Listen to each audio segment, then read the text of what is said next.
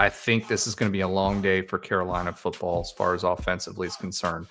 What's going on, Tar Heel Nation? Nathan and Alan here. We are your Hill Brothers, and today we've got ourselves an awesome guest. It is the Scouting Report. It is week 4 as North Carolina is getting ready to head down to Central Florida to take on those Knights. We've got Roger, a.k.a. the Night Bengal, with us today from the Knighted Ones podcast. And dude, we are so excited to have you. How you doing tonight, man? Doing great. Fully caffeinated and raring to go.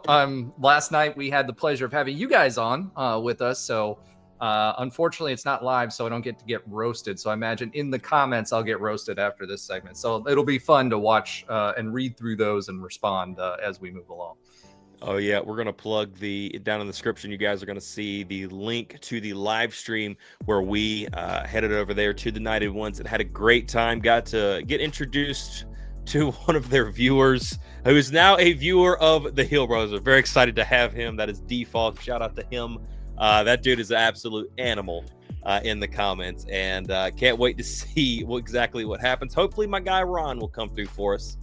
Down there, we know how Ron is. Ron's a fun little treat to have in the comments from time to time. So hopefully it'll be a good time there. But man, we got ourselves a football game on Saturday. And yeah, we do. 3:30 in the bounce house. In the bounce house. Why do they call it the bounce house? Let's just. Oh yeah, that's a good question.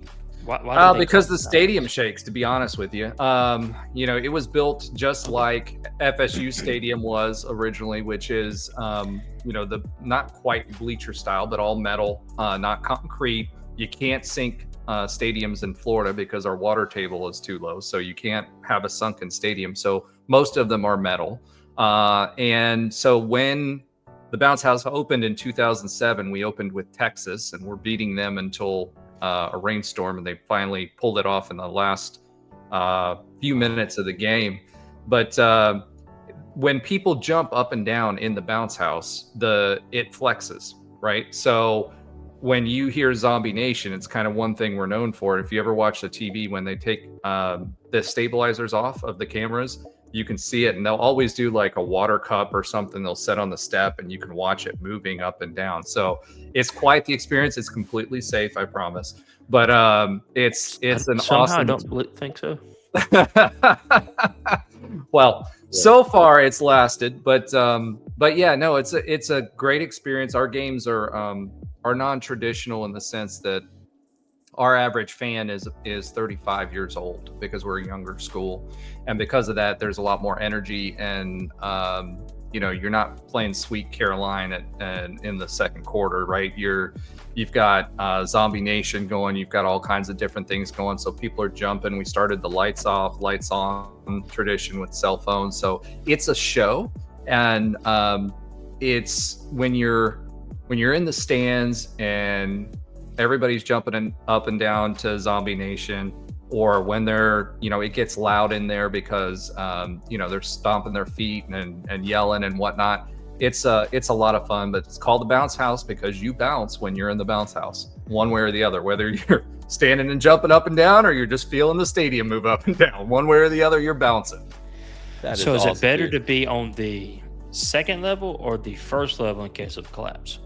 It doesn't really matter one way or the other. So I would recommend the second level personally. My seats are at the 50-yard line in the second level, just because you see there's great sight lines pretty much throughout the stadium. But that particular area, if you can get around the 50 and about halfway up, there's really, I've been to a lot of football stadiums. There's not a better way to watch a football game as far as being able to see the field. Right.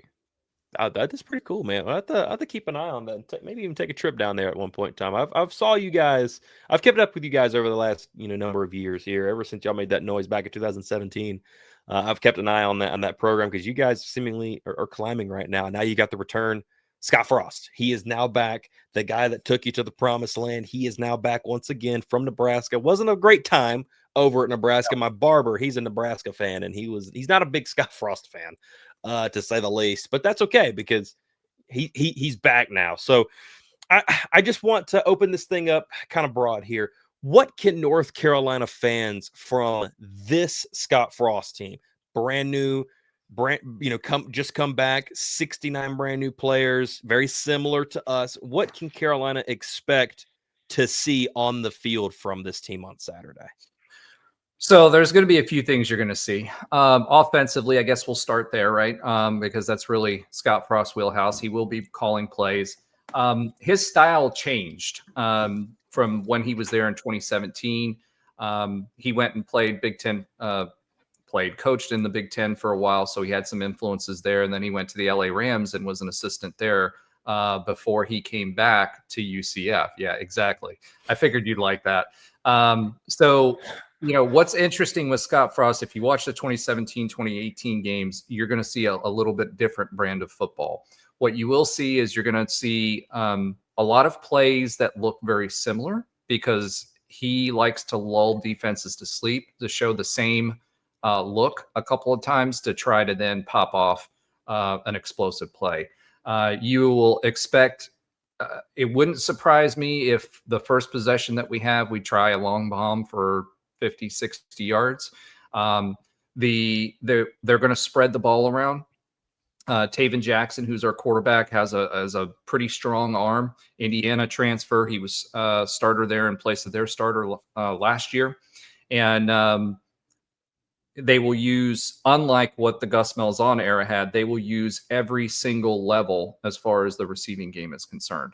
So expect them to use the tight ends in the receiving game. You might see double tight ends at times. They'll leave the tight end, 2 pass catching tight ends instead of just leaving one in for blocking for pass pro. They'll leak both of them out and use the middle of the field. You've got bubble screens. You'll see some of those, but the vast majority of the passes will be over the middle or crossing routes over the top. So they will try. Scott Frost is a big believer in explosive plays, whether that's the running game or the passing game. So they're going to swing for the fences a few times. As far go ahead. I want to go ahead and really quickly, and I hate that I didn't mention this right off the rip, but you guys are currently going through a medical situation right now with offensive line coach Sean Clark, and thoughts, prayers go out to him. I saw a report today that there's evidently been some good news coming out of it. Do we know exactly what that is, or not very specific yet? They're keeping it tight-lipped, and believe it or not, most of what's coming out is from App State fans because he was the head coach for App State the previous several seasons. So he moved. He was an O-line coach. He was successful at App State, wanted to come and move into a Power 4 program, came in as our offensive line coach. And 50 years old, and he had a stroke. Is what it is. And it was touch and go there for a while, but it seems like he's making progress. We don't know what degree that progress is, but he is making progress. And it looks like it's going to, unfortunately, be a longer road to recovery for him. He's got a wife and 3 young kids, and, football aside, this is life. And by all accounts, he seems to be a good dude. And App State folks love him. All his previous stops have all reached out and offered support. And, obviously we do as well. And I've said my prayers for him, and I hope you do too, if you're so inclined. Absolutely, man. And I'm glad to hear that he's hopefully, having some positive news come out of there. We actually had an issue with that last year.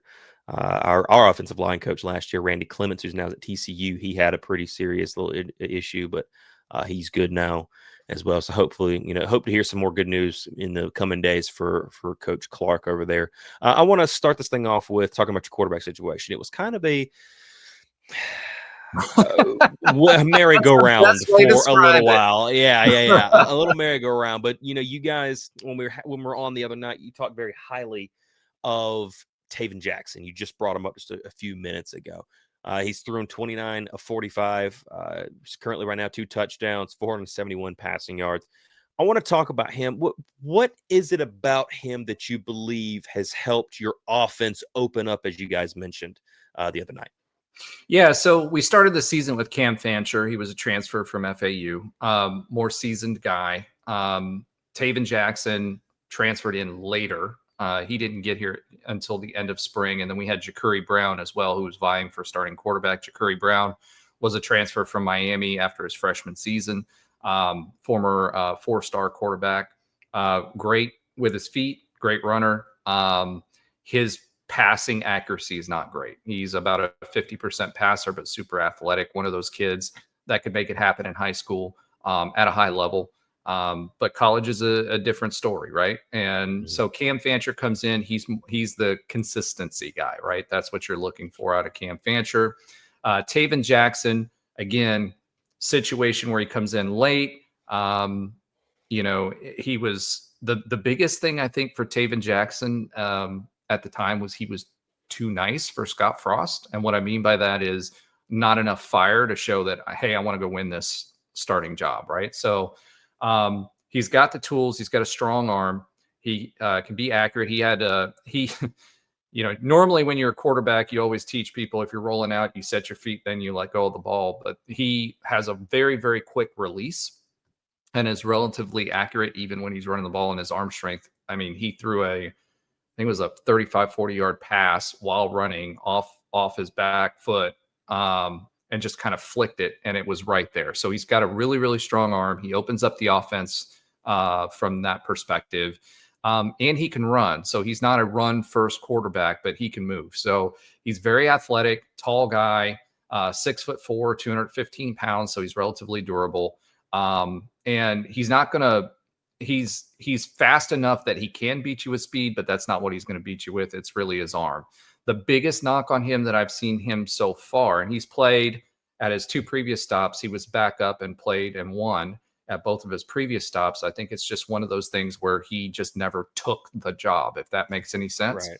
And so Cam Fancher was actually he was put out by a hit on a helmet-to-helmet hit by a former UCF player who was on our roster last year, who transferred to Jack State, and he laid the wood. He just had an open shot, and there was no reason for him to do what he did, but he did. Hit him right in the ear hole, and he was out. He went back. They say he wasn't concussed, but it would be really hard not to be concussed with that kind of hit. I mean, he had full steam, free shot at him. So Taven Jackson comes in, and he moves the offense because he can.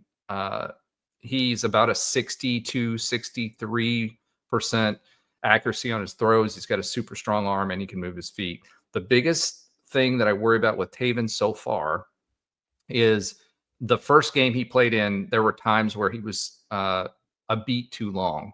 Part of that is because he didn't have very many reps with the ones for the week and a half leading up to the season.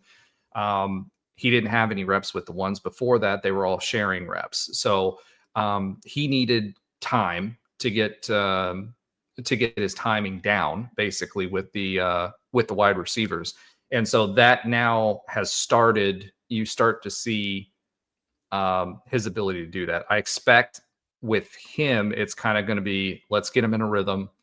Some short passages. He's good in short yardage and middle part of the field. So I expect some out routes to the boundaries just to get him heated up. And then he can really rip it as far as, how far he can throw and how hard he can throw. He's got decent touch, so he can take some sauce off of it when he needs to. But it's just about reps with him and getting those reps with the receivers. So he's got the tools. He just needed the time. And when he's on the field, we score. So he's done it with his legs. He's done it in the air. He's a dynamic quarterback, and he's a quarterback. We've had running quarterbacks who try to throw in the Gus Malzahn years. And now we've got someone who can do both. I don't got a stat for you. The UCF defense has been put in a third down situation 31 times, but has only allowed 8 conversions. What's what's Alex Grinch doing that is allowing UCF to be so productive in getting off the field in these big third down situations? Yeah, big part of it is defensively. You're going to see us come after the ball carrier, whether it's the quarterback where we're going to blitz. He's shown, and we haven't shown everything because of who we've played, but he's shown different looks. He's shown different blitzers coming from different areas. But the biggest thing is this team tackles really well and they gang tackle. They get to the ball, right? That's been an issue for us under Gus Malzahn's regime, is that the tackling wasn't consistent. This team is fundamentally sound when it comes to getting someone to the ground. They get turnovers because they're looking for the ball. They're not just playing the hands. They're empowered to really, one of the metrics they measure themselves on is turnovers. So they're going to go and try to get a pick, and they're really, really good at getting to the ball. There's a lot of speed on this defense. So the linebackers, for example, are a little bit smaller than what we've had in previous years, average 235, 240 yards. Our linebackers now are a little bit smaller, but they get to the ball carrier much more quickly. So what you see and what they're doing a real good job of is whoever's going to end up with the ball, you're going to see a lot of hats, and they don't take plays off. So that's really helped them to be able to do that. The other thing is just being able to get after the quarterback. Our defensive line is chock full of 4 stars, and they're beefy, and they're talented. So whether it be the ends or whether it be the defensive tackles, we've got about a 2 deep rotation where they can rotate guys and not lose much to get off of the field. So really, if defensively, strengths are that defensive line and that speed. The linebacker core has played well, but again, like you guys, you played TCU at the beginning, but then you had 2 more cupcakey games, and so we don't know yet how good this defense is going to be. But from what it looks like, they get to the ball fast, they hit hard, and they're going for turnovers every time, whether it be fumbles or they're trying to pick the ball when they can. I want to talk about really quickly a wide receiver that you guys have, your leading wide receiver, and a guy that North Carolina saw last year, Dwayne Thomas Jr. He came over from Charlotte, played a couple of seasons over there, and now he's the lead receiver for you guys. Seven receptions for 117 yards, averaging 16.7. I want to talk to you about him because what does he provide? He's a smaller guy, I think 5'8", 5'9", somewhere in that range. Yeah, he's like a Sproles type of guy. Right. What does he provide as a target for a Taven Jackson that has been able to be exploited a lot with your guys' offense against opposing defenses? So we use space. We try to stretch defenses out, right? Whether we go sideline to sideline or whether we push it up the middle. But we always think about it like it would be like a running back leaking out. So you've got basically a second running back that's out there in the flat. So he's going to be the check down guy. He's going to be the bubble screen guy.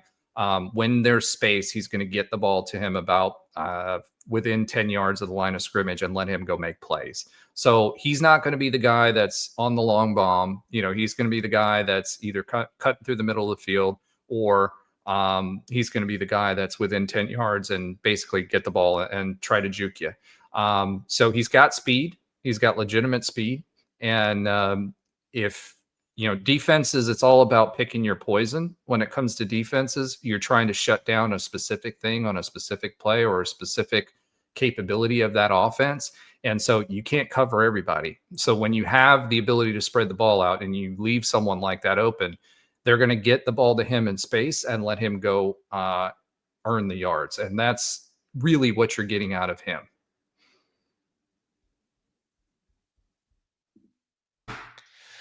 Can you give us just one secondary, one linebacker, and one of your defensive line, just the 3 names that you would consider to watch out for? I have a few. I just want to see if they match up. And I'll let you know at the end if they match up. For defensive line, it's tough, right? Because there's a few names. We were talking offline before we came on. Horace Lockett is somebody you need to keep an eye on. Yeah, I did not have him. Yeah, he was a Georgia Tech transfer. So he's a guy, big guy, very disruptive guy. He's on our 2 deep, but he could be a starter. The problem with him is his conditioning. Otherwise, he'd probably be a starter, right? but super disruptive guy. As far as D-line as well, Nigel Kelly. He's an end transfer from Miami, 4-star. He transferred after his freshman year to UCF and has really been coming to his own. The first couple years, athletically gifted. First couple years, he had a big problem with maintaining the edge, but he's done a really good job this season cleaning that up. So he's going to be disruptive as well from that perspective. As far as the linebackers are concerned, there's a couple of guys that you need to be on the lookout for. Cole Kozlowski is a linebacker that's going to make a lot of noise. Jaden McDonald was really good last year. And Lewis Carter, who was the starting linebacker for us in the first game, was put out basically by he had a targeting penalty that was questionable, but he was out for the first half of the next game. So Coach Frost just rested him the whole game and put Kelly Lawson in, 6'4", 230-pound a linebacker from Virginia Tech. So, Lewis Carter's from Oklahoma. Kelly Lawson's from Virginia Tech. Cole Kozlowski is that senior type linebacker that reads defense as well and will be always around the ball, but he's from Colgate of all places. So from a linebacker position, that's who I'd be looking for. Yeah, he's got a lot of tackles. Yeah, he he's finds always himself on the ball a lot. And that's because he's smart. He's a senior guy. He knows he can read defense or read offenses really well, and he knows where he needs to be when he needs to be there. And it's a mental game with linebackers. That's the position I played. Is you need to understand what the offense is doing to make sure that you're filling the gap where it needs to be. He scrapes well as well. So if you're going sideline to sideline, he does a pretty good job of scraping the line and filling the gap where it needs to be filled. So he's just a tough, hard-nosed, the guy you imagine with the neck roll from the 80s kind of, Does he wear the neck roll? No, he doesn't, but he has no neck. So he could wear the logo and would have no problem doing that. But it's awesome. Yeah, if you think about... Does he carry the green dot? He does. He does, and there's a couple others that do as well. Again, he was second team guy, but got a lot of snaps. So if he plays, he's the middle linebacker, and he will have the green dot, and he's really made a name for himself to be that starting middle linebacker. But we've got a couple of options there that are really good. So defensively, again, that's the strength of this team. We didn't know what we were going to get offensively, and now that the quarterback situation has kind of settled, we've gotten a little bit better. Defensive back, you're going to have Braden Marshall. He's a former 4-star defensive back. He's kind of on the smaller side. He's going to take the inside. And then Antoine Jackson, defensive back, 6'1", 185, former 4-star. He went to East Carolina. Everybody was after him, SEC teams, everybody.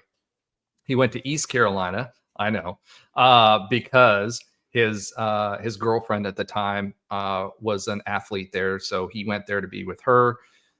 She left East Carolina. He left, came to us, and now he's playing for us. He's a ball hawk type of player as well. He earned that 4 stars. He's a really talented guy from Lauderhill, Florida. And then DJ Bell, someone else that you should look for. DJ Bell, Jaden Bellamy, both of those guys are going to be the lockdown guys. They're going to be the guys that are going to be playing them. Go ahead. I had Bellamy highlighted. He's got that one interception, a couple passes defended. So that's the one I had. He's a transfer from Syracuse / Notre Dame. So he was at Syracuse and Notre Dame and came here. DJ Bell came from Memphis, but he's really been showing out as well. A local Pensacola guy, not too far from me, about 90 miles away. Well, you guys got some dogs over there, and I'm excited to see what they end up doing, man. I've heard about the conversation about the defensive line, but I want to flip the script. Let's talk about this offensive line. Offensive line has seen some struggles as of late. What's going on in that room for you guys? Turnover. You know how it is with offensive lines, right? Offense. Gus Malzahn leaves. He takes some of the linemen with him, but in this era, there's a lot of turnover. Gus's strategy really was acquiring talent through the portal and filling gaps. And when you do that, you don't have consistency on the line. We have one guy that has played significant snaps for us, and that's a consistent off of the previous O-line, and his name is Paul Rubelt. He's 6'11". Hey, German guy. Cool. He's been with the program since Josh Heupel was here. They recruited him then, but he's now kind of coming on it into his own. But the rest of the guys, they're all transfers. And when you have offensive line, you have to have consistency. The guy to your left and the guy to your right has to know what you're doing based on what you're doing. So if you're pulling, somebody has to be there to pick up that gap. And if that guy's picking up that gap, the guy next to him has to know what's going on based on that. And they just haven't had time for that consistency yet. Pass pro, they've done really well, scored above average on PFF. For pass pro, they're averaging in 65 to 70, which for PFF is really good. However, from a running perspective, and when they're blocking for running backs, something that's traditionally been a strength for us, which is the O-line and being able to run power football, they've kind of struggled at that. They've only been in the 50s. So, we will rip off, big runs, but most of our that smash mouth type of football, you're not going to see that. And where that really shows up is in goal line situations. So if we get into a goal line situation into the 20, it's hit or miss as to whether we do that. You'll probably see the quarterback roll out to try to offset if we've got everybody coming through the middle, because the offensive line hasn't got the push that they needed in short yardage and goal line situations in the running game.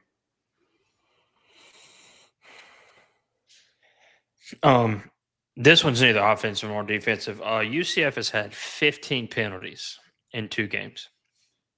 Mm-hmm. What's the call? What's the leading cause for that? So could that be a factor in Saturday's game? Absolutely could be a factor if it's a close game, right? A lot of where those penalties come from is most of those penalties were offsides penalties, whether that was on the offensive line or the D line, right? So the D line's keyed up, they're aggressive. Scott Frost's culture, UCF fast, UCF fierce, they're told to play with not quite reckless abandon, but commit to whatever it is that you're doing and do it 100%. And so when you do that, there are times where guys will jump off sides or do whatever. There's been one silly penalty like last game. Antoine Jackson actually did this. He basically suplexed a guy. I don't think he was thinking, but basically suplexed a guy on the sideline. And dude. Yeah. Kind of like that South Carolina game from a couple years ago. Yeah.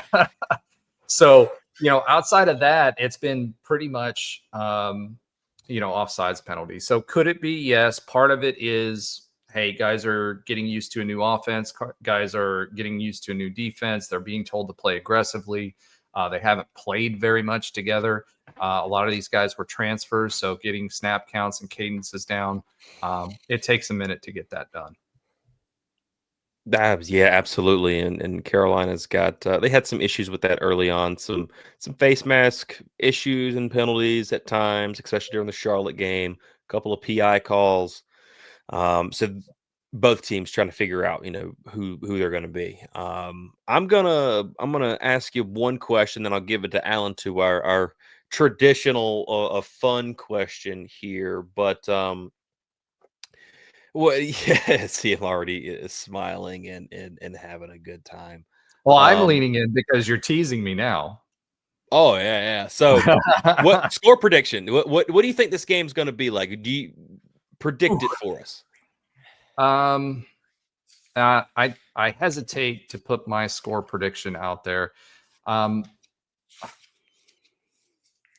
I think largely what it's going to depend on is, and you said it, I think best at our podcast, is whether North Carolina can hold us in the dirt, right? So if we get out early, it's going to be a long game for North Carolina because I don't see you guys coming back If we get ahead 2 scores, it's going to be a long game. We're going to try to get out fast, and if we can get out of the gate fast and score, this could be a very 42-21 type game.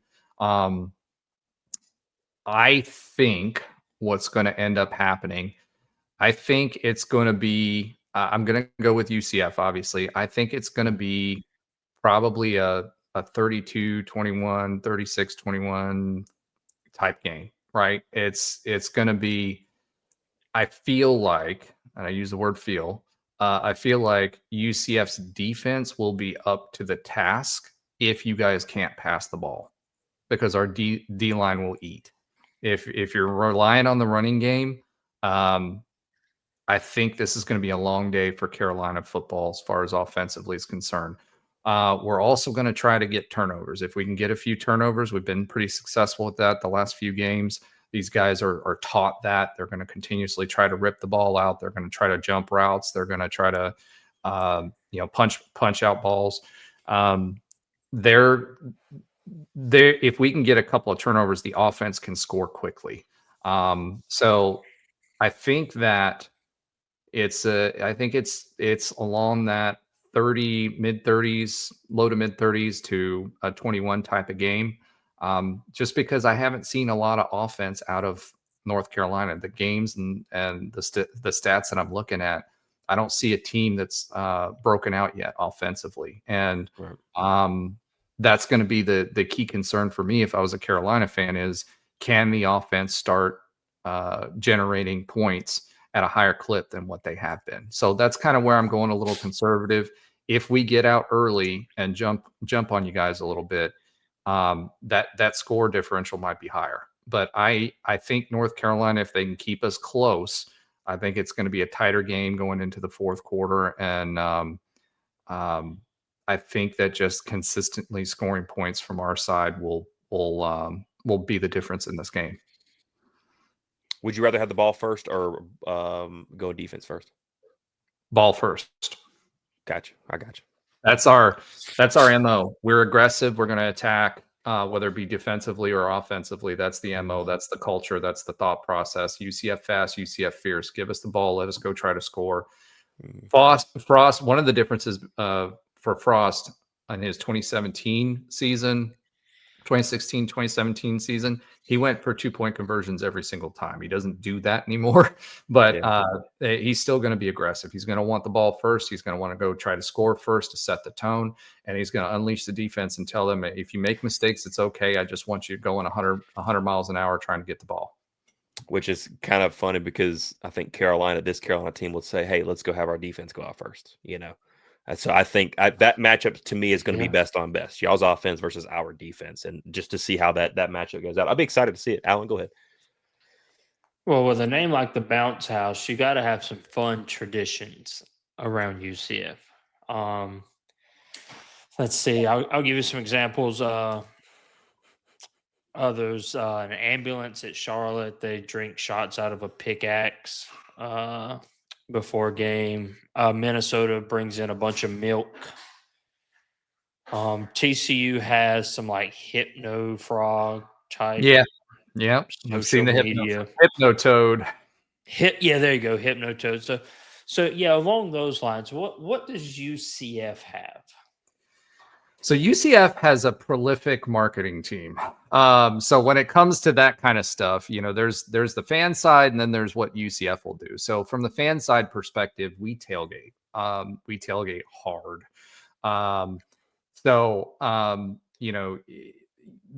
The tailgate lots will be full. The alcohol will be flowing. There won't be any specific way that it gets drunk, but it'll get drunk. Memory Mall is a place, if you're a North Carolina fan, if you want to go check that out. That's where it's an area that's designated for tents that you actually have to, where most of the students go, and then you actually have to reserve a space on Memory Mall. But all the parking lots will be full. It's not like most schools where there's not a whole lot of parking around the stadium. UCF built the campus and the athletic village off in the corner. And it's changing because they're in the process of going through a 3-phase athletics village upgrade. But there, everybody, the alcohol will be flowing. As far as traditions are concerned, you'll see Nugget running around. A Nugget is a mini horse. So if you have kids that you bring to the stadium, it's one of the safer stadiums for kids. So if you do bring your kids, you'll be okay. There are drunken idiots at every college football venue, but they have things for kids there. Nugget will be there. They'll be walking around. Though we do have a horse that also comes onto the field, a la FSU, before every game with Nitro, the mascot. You have the bouncing during the games. You'll also, so I hope you guys don't take offense to this, but when the national anthem is sung, we do say gave proof through the Knights. So the whole stadium will say that. So don't be surprised by that. Yeah, we've been doing that for years. The only time we haven't done it that I know of, and I absolutely supported that, was when we played Navy in Annapolis. We did not say that at all. There were plenty of fans there, but that's just a hollowed ground, and you don't do that, right? So that's respect. I like that. That's respect. I can get down with that. Yeah. So it's a game I always want to go see, Army Navy. Oh, that's an awesome tradition. It really is. And when you're playing there and you play and you're at Navy Marine Corps Stadium, all of the seats that are in there have a plaque on them from different naval cadets who've graduated. And you're sitting surrounded by these guys that fought our wars, and it's hollowed ground. You stay respectful. You see the midshipmen, they come out even after the game's over. They come and sing your fight song with you. That's awesome. Yeah. So there's it's just a really, really, really good experience if you've never been to a military academy. For that, you can go tour it beforehand and everything. But getting back to UCF, you'll see lots of fireworks. You'll see Zombie Nation when it plays. The whole stadium bounces. Oh gosh, what else? Get a Citronaut while you're there, especially since it's a 3:30 game. What a Citronaut is basically an orange soda with a creamsicle in it. So it's great when it's hot. Yes. So definitely go get that. That's like one of our traditions. That's the thing. That's the thing. That's the thing. That's the thing. That's the thing. That'll be the thing. Citronaut. Outside of course, the bending of metal. The stress fractures, right? But no, it's a great time. Have fun with it. People by and large are nice. The student sections, which will be interesting. We have student sections on both sides of the field. So no matter and it's 12,500 students that are there. They do a lottery for it and all that other stuff. So whether they're going to the north end zone or the south end zone, Carolina is going to be screamed at by the student section, and they get pretty rowdy. Sometimes when we have plenty of palm fronds, you'll see palm fronds in the stand. We do that for basketball, Fear the Fronds. So the student section will have fronds in all the basketball and a lot of times in football as well. So they'll take the palm fronds and kind of, shake them or wave them or whatever and yell. How many, what's the capacity at UCF? UCF? So the capacity actually went down because we've been increasing our suites. So it was 44,600. We're in the middle. If you're in the stadium, you'll see that there's an expansion going on right now on our stadium box. So it's going to be between between, I think it's either the 25 or 30. So they're in the process of expanding it right now. So you'll see that when you're there as well.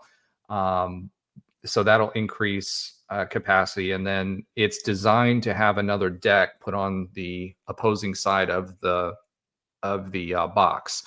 So there'll be another 10,000 that can be seated there that it was designed to hold.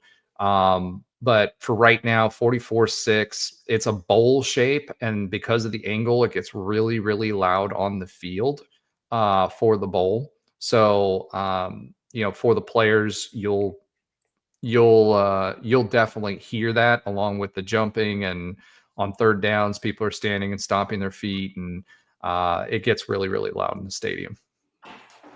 That is So you guys dedicate almost a fourth of your seats to the students, Correct. or a quarter. Cool. Well, yeah, about a quarter. And the reason for that, honestly, is UCF wasn't a power program for 100 Mm-hmm. years. So a lot of the program, there was a pretty high student athletic fee that went along with it that allowed us to build some of this stuff. So we've got bigger donors now, but at the time, they have a student athletic fee, so they get a certain percentage of it and they pack it out. I mean, we have over 60,000 students, so they have to get a lottery just to get into a game. So they get excited about it. It's an event, and they're part of the fabric of the experience, so to speak. See, that's like something that, Carolina basketball, the people wait outside, like for the Duke North Carolina game. Those tickets, people are Duke the same way. They wait outside, tent and do everything they can to make sure they get those tickets. Y'all have that just for the entire football season. Yeah, It's and telling we do it electronically, so we don't have them wait for tickets outside. It isn't first come, first serve. So they enter a lottery before the game, about a week out. And if they win the lottery, they have to claim their ticket electronically by a certain date. If the ticket isn't used within a certain period of time, so if they don't show up early enough for the game, then that can be reassigned to someone else. So another school that can is play their awesome. place. So yeah, it's a little bit different system, but when you've got 60,000 students, you imagine there's a lot of demand, and so there's they've got to be on their P's and Q's when it comes to that. It used to be that you'll still see students lined up because they have to get there before a certain time to be able to use their ticket. Uh, that is awesome, bro. I can't believe it. That is. I am excited to see this game on Saturday. This is going to be an interesting game. I'm excited to see how Carolina handles adversity. This is a young team that's trying to figure out who the heck they are, and they've got a matchup right here ahead of them. So, man, we've really enjoyed this tonight, man. We have absolutely had a good time. I think you're going to be joining me potentially during the watch party at some point in time. I Yes. do believe. Yes. So we'll have you on there. You guys will be able to check out and hang out with us and him there for a little while. So it's going to be a good time. I'm looking forward to this game. We still have to figure out our predictions of this game. I don't know which way I'm leaning right now. It's this is going to be an interesting game, and I can't wait to, now that I have some of this stuff, to fully break this down a little bit more. And be sure to go hit the description down below. There you can go check out the link of the live stream that we did when we went over to the United Ones. They had us on. We talked about North Carolina for about an hour and a half, had a good time, and just you learn a whole lot about this UCF team, which is a very fascinating team. Scott Frost coming back and everything else. So it was a good time, and dude, we're looking forward to seeing exactly what Saturday is going to bring. I'm thankful. I thought originally it was supposed to be a night game. It's now a 3:30 game, which I'm very excited and I'm very happy about, to put it that way. I'm glad it's not a night game, quite frankly. We've had, what, 2 out of 3 have been night games. That's a TCU, lot of Charlotte, tailgating. yeah, and Well, everything. that's why we love night games, right? So like we love night games Yeah, because of that. And then the other thing is, in a night game, one thing for the stadium that's kind of unique is our 50-yard line lines up with launch pad for 39A or 39B. I can't remember. So basically, a lot of games you'll see a SpaceX rocket going up. So at night, it's absolutely brilliant because it goes right along the 50-yard line as it's going up. And it's about 35, 40 miles away. So it's a great view when you see them. that is legit. Do you have Citronaut stuffed animals? They have plushes. I don't. I have shirts. I have I have Citronaut hats, but I do not have a stuffed animal. But they do sell Citronaut plushes. I mean, I was just curious because that's a definite miss if there's not one. Yeah, there's definitely plushes. He is interesting. He's a giant. You only see his head on this, right? So it's like Right, obviously designed in the 60s, right? With an orange body. Back when we were at FTU, which was Florida Technological University, because we started as an engineering school for a space grant to create engineers for Cape Canaveral for the space program. So back then we were FTU. And then we moved once we became a regional university. We went to UCF, and then when we went national and international, we just kind of kept UCF, and there you have it. Then we Does that shirt say UCF on it? No, not this one. It just has the Citronaut logo. I might have to get that shirt. That's You a pretty should. cool shirt. It is a pretty cool shirt. And I mean, 60s cartoon art. I mean, how can you not like that? And because we use that for the space game, it's a similar blue to Carolina blue that's on here. So it's not exactly the same. This was the actual color. They went and shot a laser at the Cape at the ocean water to get the right hex code for that. So this is the actual color of the ocean, but it's very similar to what the Carolina blue. They actually have a hat with that's that blue with the Citronaut logo on the hat. I have that one too. I should have worn it. It's upstairs, but yeah, there's plenty of merch there. It's pretty cool. Dude, I can't wait to check that stuff out, man. But dude, thank you so much for being here. Thank you so much for taking the time and explaining this UCF team. Looking forward to Saturday. It's going to be a good time. Be sure, and if you're a UCF fan and you're seeing this and you haven't went over to the United ones, be sure to hit the description down below. Go check out the links. You guys can go hit there. Where else can everybody find you? Yeah, we're on Instagram. We're on X. I always like to say Twitter, but I'll say X. It's Twitter. It's Twitter. You know what? To me, we used to have a segment called Twat of the Week, where it was basically it was a Twitter user who said something stupid, so we called him the Twat of the Week. So since then, it'll always be Twitter for me. But yeah, we're on X, we're on Instagram. You can find us on YouTube.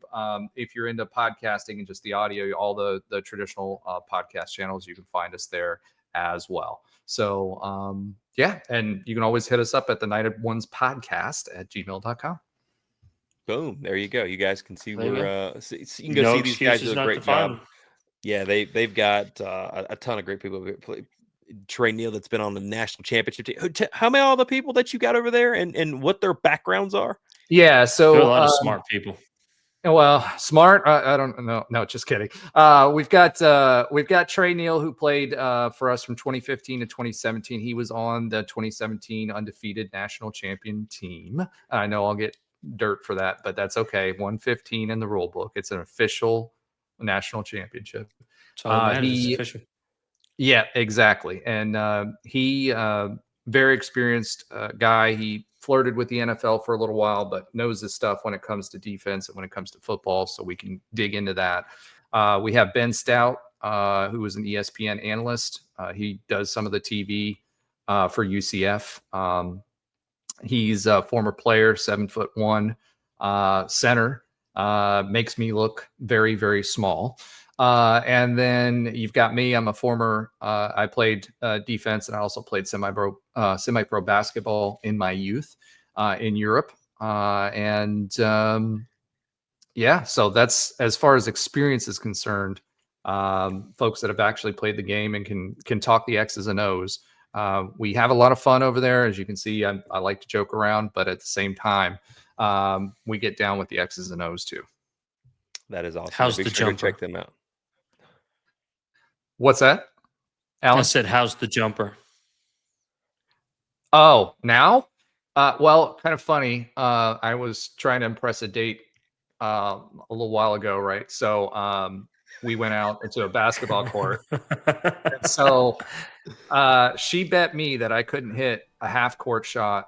And so I hit a three-pointer first, then I hit a half-court shot, and then I did a full-court shot. It took me about 4 tries to get the full court shot, but it's not bad. I can't jump as high as I used to. I'm 44 now, but the jumper's not too bad. And that's what old people do, right? We shoot the jumpers. That's all you got to do. Can't dunk anymore. Hey, yeah. As long as you still got the J, that's all that matters anyway. I got the J. Watching. Thank you all for so much for being here. Be sure to go check the 91s out down on YouTube. And as always, Go Heels. Go Heels. Go Knights.